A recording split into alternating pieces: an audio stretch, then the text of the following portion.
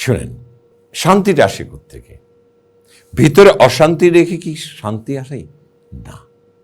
কেউ আপনার সাথে খারাপ ব্যবহার করলো, খারাপ আচরণ করলো, আপনার মনের মধ্যে কিন্তু একটা অস্থিরতা কাজ করবে, ভালো লাগবে না। তাহলে এটা দূর করবেন কি করে? ক্ষমা করে দেন, অস্থিরতা কমে যাবে এবং আপনি স্বাচ্ছন্দ্য বোধ করবেন। ক্ষমা করলেই আপনি শান্তি পাবেন। ক্ষমাই শান্তি। আমরা অনেকেই কিন্তু ক্ষমা করতে শিখি না, আমরা কিন্তু ধরে রাখার চেষ্টা করি। না, ক্ষমা করে দেন, শান্তি খুঁজে পাবেন।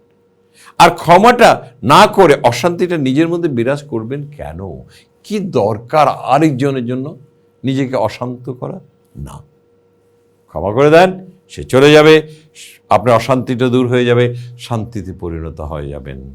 হ্যাঁ, প্রয়োজনে তার সাথে আর মিশবেন না, এটাই হতে পারে যেন দ্বিতীয়বার আপনাকে অশান্তি যেন না দেয়। সেটাই হচ্ছে কথা। জীবনে যদি শান্তি পেতে চান, ভালোবাসা পেতে চান, শ্রদ্ধা পেতে চান, মনুষ্যত্ব প্রমাণ করতে চান, তাহলে ক্ষমা করতে শিখুন। স্বয়ং আল্লাহই ক্ষমা করে দেয়, আমরা করব না কেন?